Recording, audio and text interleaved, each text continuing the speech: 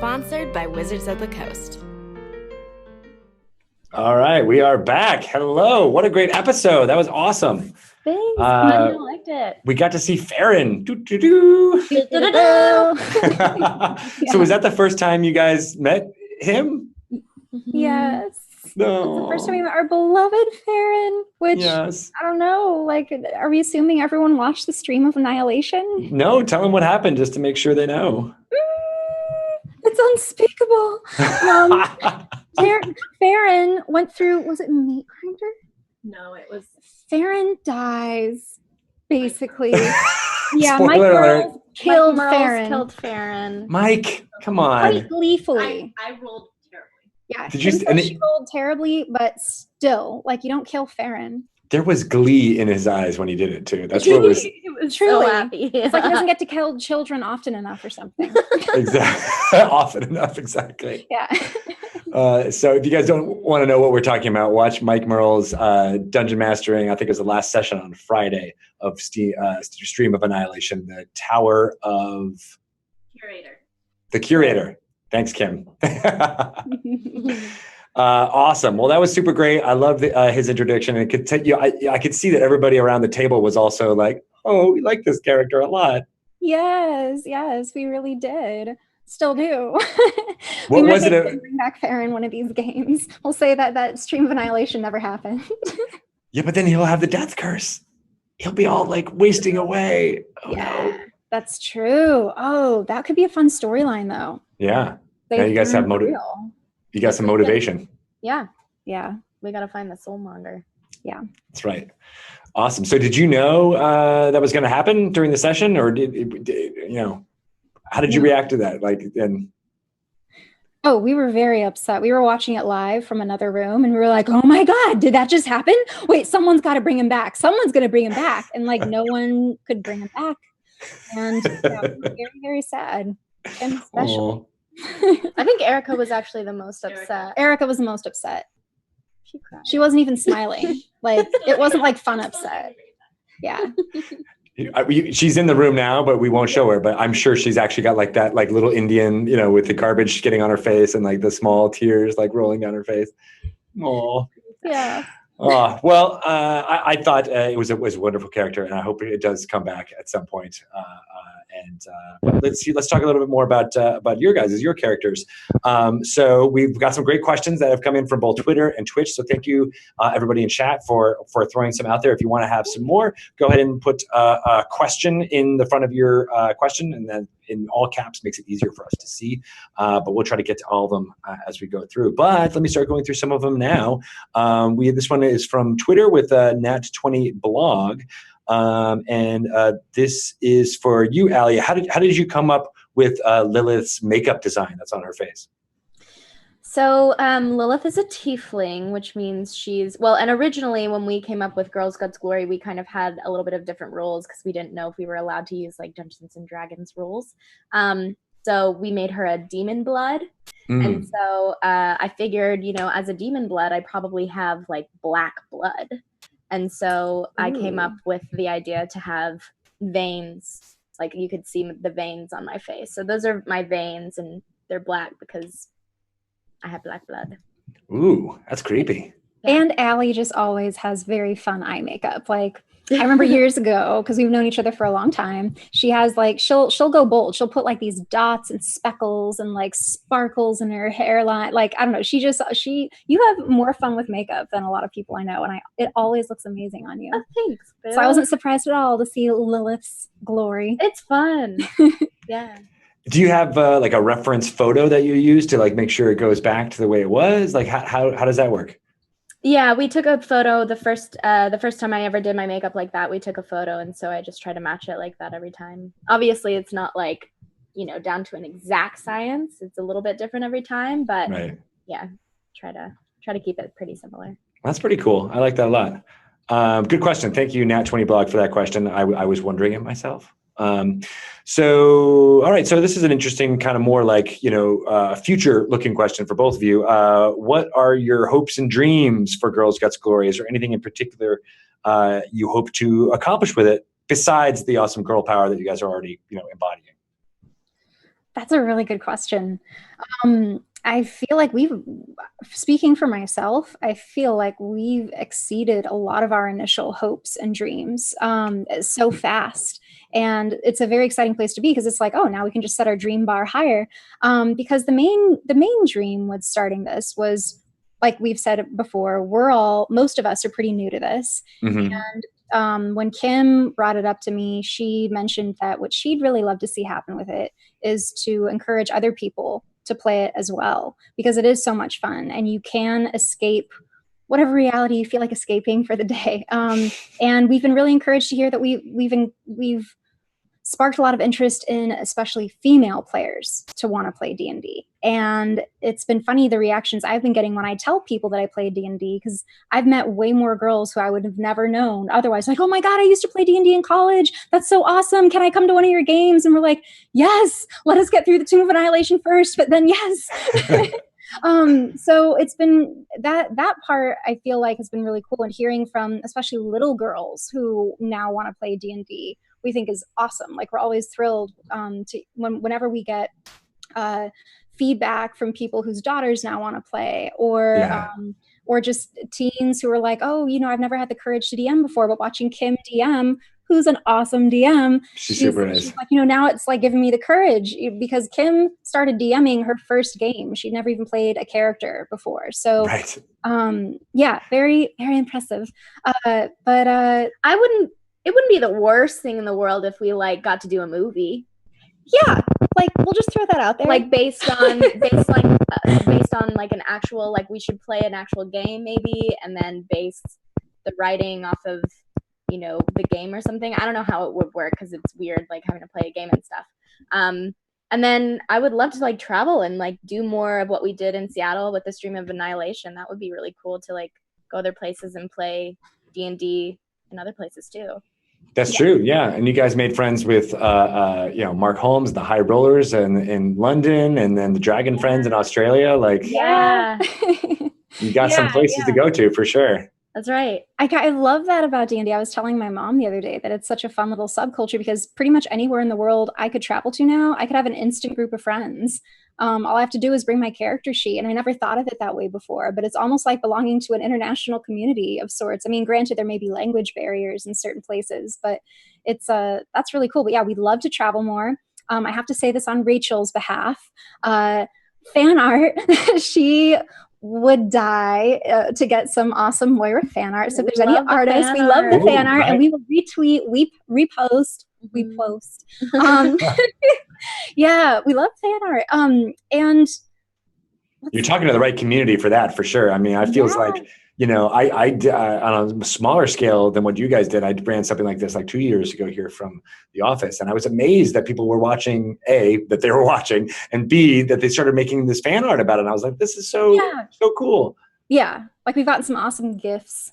Yeah, the gifts are so fun. The gifts are hilarious. No, that part's been really fun. I fantasize about doing a little, Mobius puck. Is that Mobius? Thank you, Mobius. Yeah, he does a lot of our gifts. Yes, and I in my mind, I sometimes wish I were an animator, because I love to animate our episodes, because I think that's really fun. But yeah, as far as dreams go, possibilities are endless. Yeah, just keep playing, keep traveling to play, keep meeting awesome people who play, and connecting with other artists, because what really stands out to me is that everyone in the D&D community is an artist on so many levels. At least everyone I've met so far, whether they're in the tech side of art or the visual side of art, it's dazzling and so inspiring to be surrounded by and meet so many just awesome people. Right. And then even just the act of playing Dungeons and Dragons itself is creative. So for many people who don't get to do that in their day job or whatever, this is their time to do that. So I think just the act of playing makes you feel like you're part of that creative community. Yeah. Cool. Cool. Those are some good dreams. I like the first one. I want a movie. Yes. Let's make it happen. Why not? Sweet.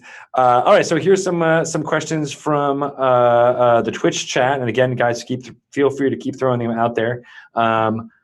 This is a crazy question. Would you, this is for either of you, would you like to engage in an in-game relationship with an NPC that's played by Kim? So. Ooh. Ooh, say that again. Would one of our characters want to be in a relationship with a? Yeah, exactly. I know you guys play with that a little bit. Lilith definitely tries to seduce and or get involved with some of the other characters. Would it be a long-term thing? Could it ever be an ongoing part of the game? Possibly. I've been honestly waiting for Lilith and Ichabod to have a deal. Now we have shippers. We have people shipping. They're the horniest characters out of our bunch. I mean, I don't know what Lilith's waiting for, or Ichabod for that matter. Yeah, or exactly. I don't know. I guess it's like, you don't want to mix business with your personal life. And so, No, I feel like because, I don't know, maybe this is just where my headspace goes, but like, I feel like because we, the girls are laughing at something that they read in the comments. Lichabod. That's incredible. That's good. On so many levels. Well done, chat. Yes, well done. I feel like we might hook up with some of the characters that the DM creates, but I don't know, unless one really sticks around, I'm not sure that would happen. That would have to be up to Kim or whoever's DMing for us to create a character that's consistent. Because right now, we're independent women, renegade travelers, except for Ichabod is a man. Yeah, as of last night in the game that we were playing just by ourselves, I decided that Rowan is a virgin gnome. However, when she uses her druid powers to turn into animals, she loves animal sex. So I'm just throwing that out there. I get it on, but only when I'm in beast form. We played. Kim is taking notes. She's definitely being like, "Oh, I see how this can all work." Yeah, we played last night, and she turned into a hawk, and she had spiraling down to the ground hawk sex. It was awesome. The talons were long. All right, I'm going to couple that with your fan art request and see if anybody wants to put two and two together there. I love that. All right, so moving away from risque questions, Twitch is saying squished. This is I guess this is more of like a community thing. People always ask questions like this, but on your pizza, is pineapple on pizza okay? Yes. And/or Allie says no. Why? On tacos all day, but I save my pizzas for pepperoni and cheese and onion and spinach. But Wait, spinach?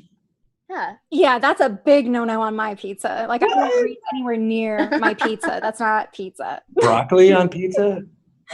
No. Yeah. Coming from the girl says pineapple should go on pizza. Yes, the Hawaiian with Canadian bacon. That's the best, right? It's all good. All right, good. Well, looks like you guys are split on that one. That's good to know. Cool. All right. Well, let's get one from Twitter.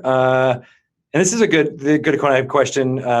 What advice do you have for running lighter-hearted fairy tale campaigns, like you guys seem to have been doing a little bit through here? And this one's from Techno Skull. So thank you for that question. Ooh, maybe this is an obvious one, but get more girls to play with you. Oh. Because I think I don't know, we're all into classic girly girl stuff like fairies and glitter and unicorns and the storytelling aspect more. Yeah, the to use your imagination more and remember what made you feel excited to play make-believe as a kid, whether it was being a pirate or going to an enchanted land where there were spells, and here you actually get to have spells of your own to counteract the spells of the land. And coming off the heels of the romance question, I would say that romance is a big component classically to fairy tales. And I think we all have little backstories being the actresses that we are. And sometimes those don't get to come out in every game that we play. But when they do, it definitely brings a layer of depth. So really developing a holistic backstory for your character and just imagining what world would you like to be a part of. Mm. And I feel like I just was like a trailer blurb there. That was like a what is it called? A slug line. Yeah. Right. That's perfect. Okay. I agree. I think that's really interesting because I always use my girls as examples because they're I get to see them as they're developing. But like my 6-year-old is way more into like World of Warcraft and animals and games. She's definitely much more of a gamer. And my 3-year-old, I for a time there, I was like, you know what? I feel like she's going to be a little bit not into that kind of stuff. But she started really watching Sophia the First. Have you watched this Disney show? No. It's basically high fantasy Dungeons and Dragons. Cool. It's a little girl who discovers she's a princess, and then all of a sudden she's thrust into this royal family, kind of as an outsider, and she's learning all about magic and sorcerers. And she has a magic amulet where she can talk to animals, and nobody knows that she can talk to animals. And every storyline has got like some little bit of fantasy in it, and she loves it and talks about it. And so that was the first time where I was like, you know what, maybe she is just as much as into D&D as my older daughter is. So. And there's something to that. There's something about like that's a show that's definitely more geared towards. I don't want to necessarily geared toward women, but like the main character is a girl. So, incorporating some of those elements more into stories it might be a way for to have a more lighthearted fairy tale campaign. Yeah, and to create conflict that comes from not a battle place. Like, I love fighting. I love when I get to use my weapons and my spells, but there's also interpersonal conflict. Conflict can still be lighthearted. Like, look at Ichabod. There's lots of conflict with him, but he's a hilarious character, or she. Sujata creates a hilarious character. And I think that also goes with what I was saying earlier about just having your personal backstory, because that's where the personal conflicts are going to come in, I think. And that's what's going to keep it from being just so like battle heavy and dark. And I love the dark stuff too. I think we all do. But yeah, good question. Yeah, definitely. For those who don't know, who's the dog? This is Littleface Luna. Littleface is her D&D character name. Yes. Sometimes. But it's Kim and Aaron's dog, Luna the Fluff. Luna the Fluff. Follow her Luna the Fluff. All right, this is an interesting question from Hanselman in chat. Do you find that you guys play differently when the cameras are there versus when you played with no cameras? Yeah. Mm-hmm. Yeah. For one thing, we don't get to face each other, because when we're playing for a camera, we're all kind of sitting in a C shape around a table and feeling quite far from each other. Even though on one hand we feel squished and we have like horns and wings to watch out for and guitars. On the other hand, it's just not as cozy or intimate because we're not facing each other. And I think sometimes I don't know, even though most of us have worked in front of cameras for a while, it's just not the same as like just being in our jammies with no makeup, eating pizza and Paquito Mas to go and ordering food from our smartphones while we're in the middle of playing, and having that, we'll sometimes get sidetracked in our games and just talk, and then we'll get back into our game and then laugh. And then, yeah. It's a lot more laid back when we're not on camera. Yeah, but I wouldn't say it's any more or less fun. Like, because being at in Seattle for Tomb of Annihilation, like that was all on camera, and that was beyond fun as well. So I think they both can be fun. Right. But it definitely is different. What I mean, when the camera's on, it's definitely more for performance. Your entertainment is your goal. Mm-hmm. Yeah. Right? And not just personal entertainment. And when you're just playing for each other, it's only just personal entertainment. Yeah. Although I would say we all do a really good job of staying in character constantly. Like, everyone's still like full throttle with the accents and the quirks. Like, that part doesn't go away. It's more just our personal vibe with each other in terms of like, eating and farting and whatever we need to do. So now the farting needs to be like on camera. Now we need to get that documented for all to see. Yes. We'll put together some B-roll footage. Great idea for that. Speaking of B-roll footage, thank you guys for sticking around, because we will have a short video preview of what's coming up next on episode 3 for Girl Scouts Glory. So stick around to the end of that. We got I'm looking for a time. We got about 50 more minutes where we're going to be answering more questions, but definitely stick around until the end, and we'll close with a preview for episode 3. I can't wait to see it. But here is another question. This is from Vax Halar in Twitch. He or she says, "What spells are you looking forward to acquire/use?" Ooh. Is there stuff coming up as you guys progress that you're like, "Oh, I can't wait to do this," or like whether it's Giant insect, isn't that what it's called? Erica told me about that one, and I think I have to be at level 6 or 8. I'm only a level 5 druid right now, but once I get to level 6, next leveling up, I'm gonna get that one. Oh, I'm 6. Yes, sorry, I'm 6 now. But yeah, I leveled up to level 9 at the Stream of Annihilation to play with Chris Perkins' group, and I got a new spell called, I actually can't remember the exact name of it, but I have this power where I can turn other people into like creatures to where they're incapacitated. Like I can turn them into like a toad or something.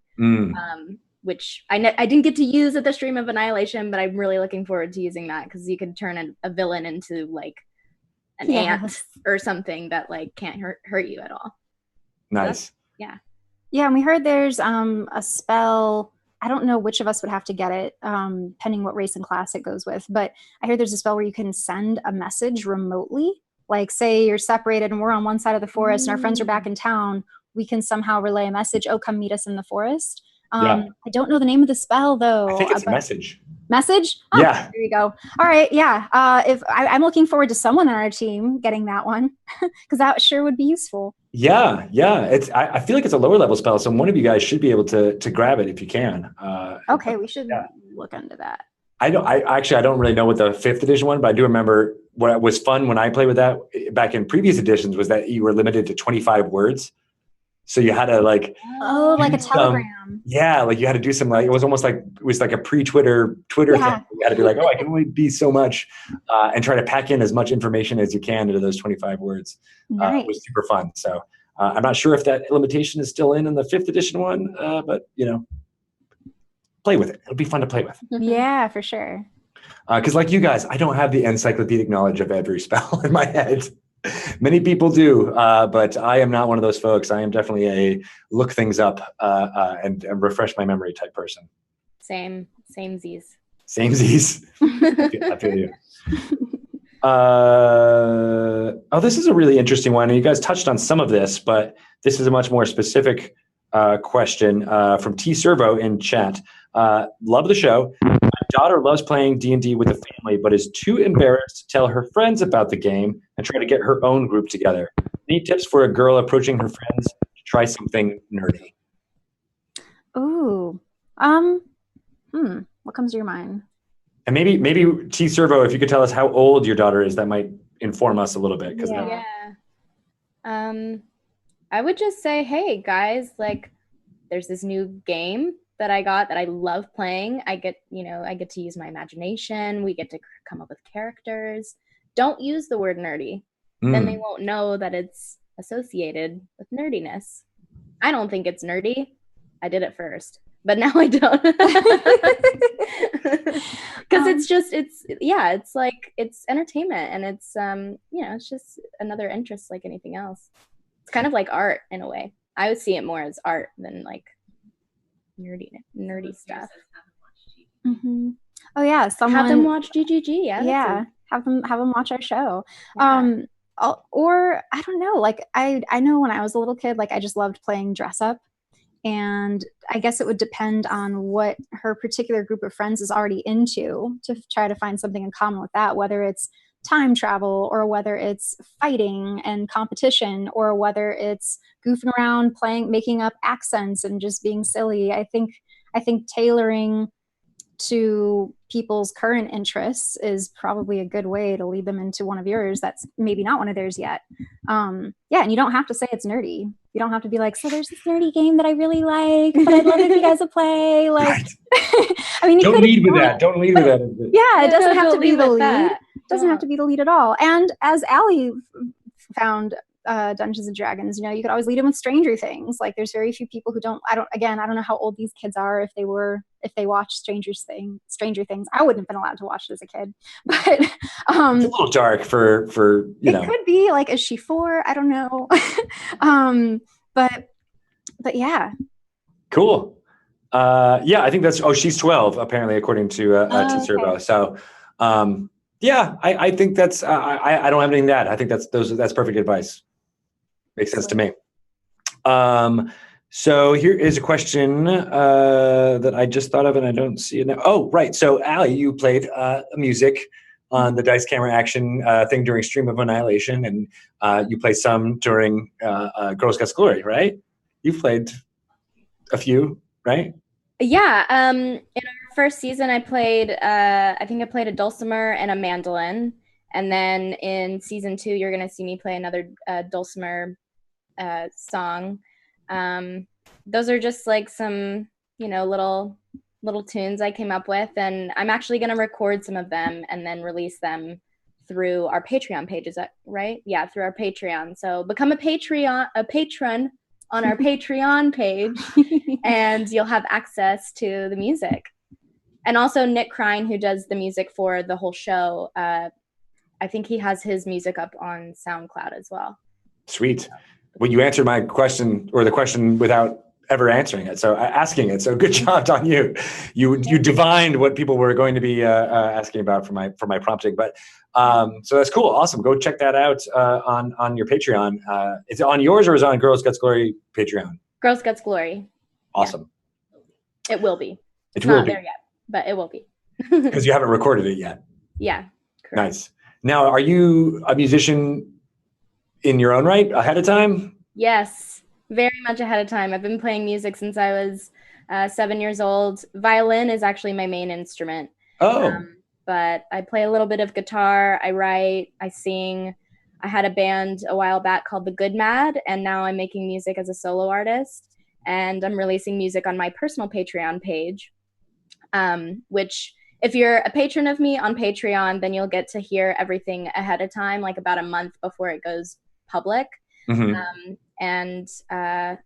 So the music is like alternative folk, I would say. Like if you like Father John Misty, Fleetwood Mac, Black Keys, like this is for you. Sweet. I like all three of those. So I'm like, all right, I'm in. Yeah. Totally in. Sweet. All right. Sounds cool. I love, that was one of my favorite parts of the Stream of Annihilation, was just when you picked up the mandolin and everybody at the table was like, whoa, no. They were so excited to have you play, and you could feel it in the room. It was pretty cool. Yes. So that's awesome to kind of do that. I'm looking for another question here. So, Alice, you have food in your description of your on your Twitter handle, and before we started recording, you said you were a foodie. This kind of goes into that. So there's glorious food descriptions they're cliche in fantasy fiction to a certain extent. I definitely remember reading George R.R. Martin's things, and he's got like paragraphs and paragraphs of like what everybody's eating at the feast and stuff. Would you ever want to do like a D&D themed cookbook or something like along those lines, or create a feast for the Girls Guts Glory cast and then record that and like do like tutorials on? Awesome. I should do that next time we have I should do that. No, I think food and fantasy definitely go hand in hand, because who doesn't fantasize about being able to eat whatever they want as much as they want without having to worry about cost, or if you're too far from the place, if your favorite place is in New York, whatever. Not speaking about myself. What's your favorite place in New York? I really like this place called Pulqueria. It's a Mexican restaurant that's in Chinatown. It's in this like dingy looking basement from the outside, and you go in and there's like usually live salsa music and amazing food. Yeah, I mean, we have awesome Mexican food here in Los Angeles as well, but that one comes to mind. There's something about those restaurants in New York that just like. Yeah, it's really hard to have a bad meal there. Like LA has good food too. I'm not hating on the LA food scene at all, but you just have to drive really far to get to a lot of it. Whereas in New York, I feel like you really have to try to have a bad meal.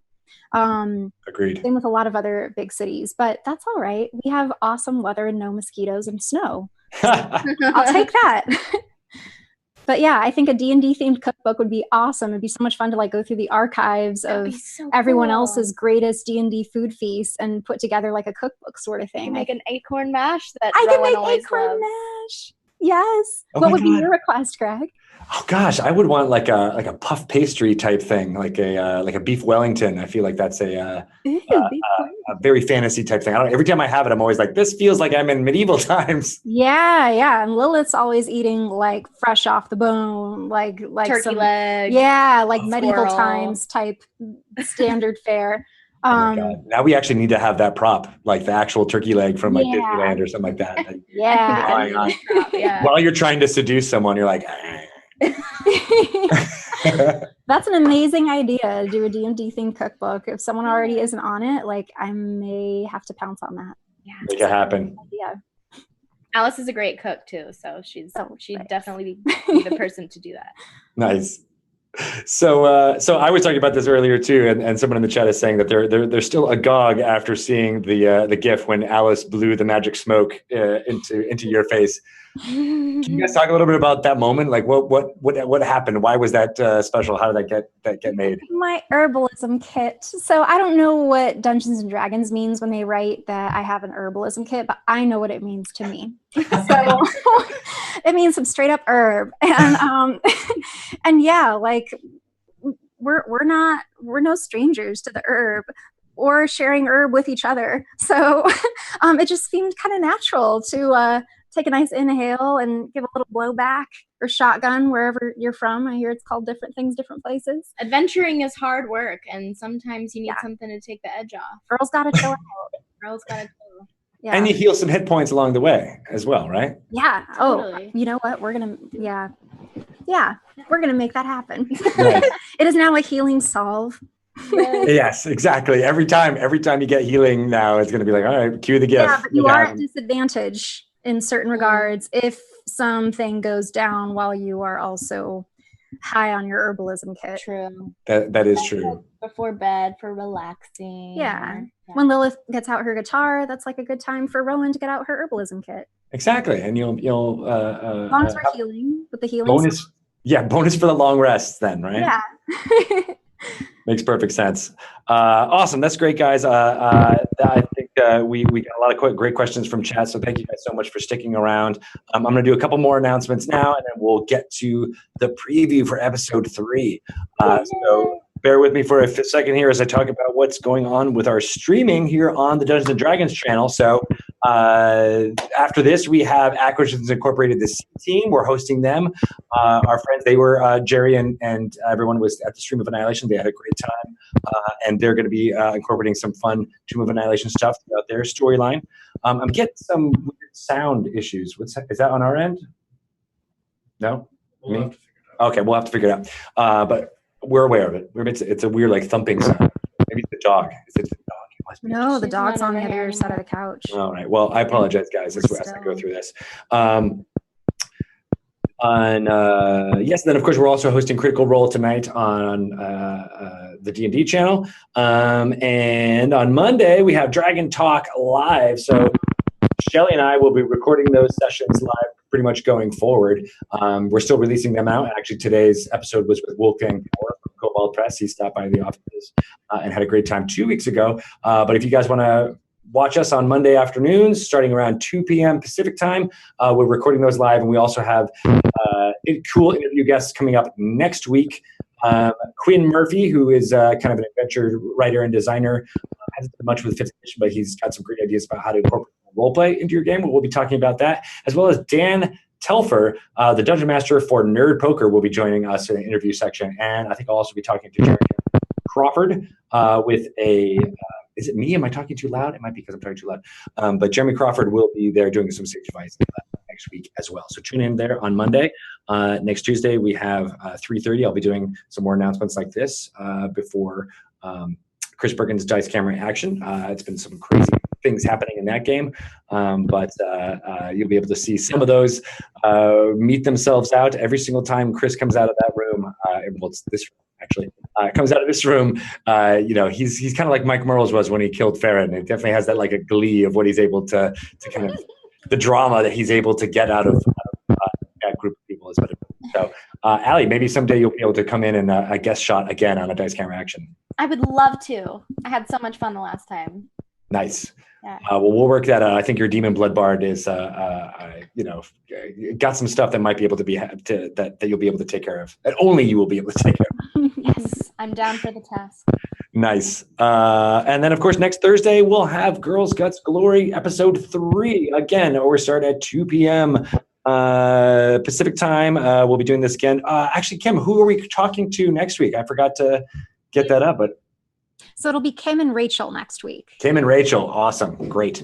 So they will get all of your questions in there. So please go ahead and follow why don't you guys tell us where is the Twitter handle for Girls Guts Glory so that people can. Twitter and Instagram are both at Girls Guts Glory. And I think it's the same for Facebook, right? Is it /facebook.com/ just search Girls Guts Glory on Facebook. We're there. And then online, your website is girlsgutsgloryrpg.com, right? Yes. That's right. Nice. Good, that's where you guys. good remembering. I've gone to the other one. That one's not you guys. And what's cool about that is I love there's all the great photos of you guys, also in costume, but then your original character sheets that you guys made. I love checking those out. Yeah. Those are I want to pretty look cool. at other people's character sheets. I know. I Actually, like you know what? doing it. Yeah. We're thinking about doing that for almost all of our groups, is trying to get them so people can see what they look like. Mm-hmm. And we'll try to keep those going as things go forward. Speaking of things going forward, we got some new shows that will be debuting. Gosh, is it next week? It's next week already. I think it is next week. Yeah, because we've got Maze Arcana. So Rudy and Satine Phoenix, who just were at Origins, they were streaming live from there. They will be debuting their shows Tuesday at 7 p.m. On the 28th, as well as another episode Wednesday on the 29th, also at 7 p.m. Pacific time. So go check those out when they roll out. As well, High Rollers Uncharted Territory will be beginning on the 30th of June on Friday. And I believe those are going from 12 p.m. to 2 p.m. Yes, that's right. Starting at 12 noon for the High Rollers. And that is going to be amazing. Mark Holmes is super excited about the new characters that they're rolling out for that. So that should be really cool. And they had a great time at the Stream of Annihilation. I think they're now okay from all the travel and everything that's going on. And then the following week after that, Dragon Friends will begin to premiere. And they're in a weird time zone. Do you guys realize how they're in the future right now? Yeah. Yeah. That's so bizarre to me. So they'll be recording their thing in front of a live studio audience and then broadcasting it kind of like the day after, but it'll be a good time. I think it might be Friday nights is when Pacific time it'll be happening. So you'll be able to check that out. I think the first week in July is when we're aiming for that. So great. We got so much stuff going on the D&D channel on Twitch. Please follow us if you haven't already to get updates for when we're starting to go live. And we might be having some other things that you might be able to activate with our Twitch channel soon. We'll get some more news on that in the next week or two. So cool. Thank you guys so much for spending an hour with me and watching the episode live. And any other parting words you want to give before we say goodbye and show the episode 3 preview? We haven't seen episode 3, so we're excited to watch the preview as well. And thank you so much for being here, and to you, Greg, for having us. Like, this has been a pleasure. No worries. I'm sure we'll keep watching our show. Thank you. Will do. Yeah, absolutely. And I'm sure we'll be doing all these episodes. So I'm sure we'll talk to you guys again in a format like this over the course of the summer. And that'll be great. I'm excited about that. Thanks, Greg. Thank you, guys. We'll talk to you later. And those of you on Twitch and you guys can watch the preview to episode 3 of Girls Guts Glory right now and come back with us next Thursday at 2 p.m. to watch it for real. All right. Thanks, you guys. Thanks. So good. That's my good wishes for you. To not die.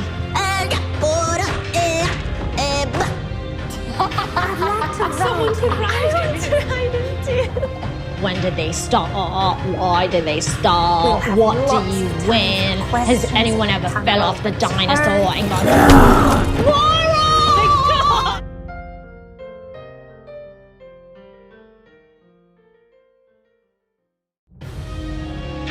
So good.